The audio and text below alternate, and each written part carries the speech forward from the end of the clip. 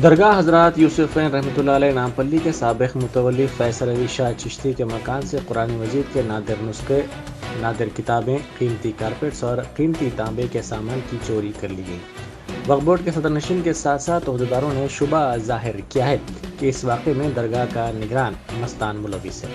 यह दरगाह शरीफ वक्फ बोर्ड की रास्त निगरानी में है और मस्तान को इसका निगरान बनाया गया था। ज़राए के मुताबिक 2019 में फैसल अली शाह चिश्ती के इंतकाल के बाद दरगाह के तहत इस मकान को तकरीबन 3 माह पहले बोर्ड की जानिब से कब्जे में लिया गया था।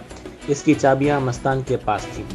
ज़राए के मुताबिक हफ्ता और इतवार की दरमियानी शब इस मकान को खोलकर इसमें चोरी की गई। यहाँ सवाल ये पैदा होता है कि जब मकान की चाबियां मस्तान के पास थी तो कोई और कैसे इस मकान का कुफल खोल सकता है और किस तरह इसमें चोरी हो सकती है।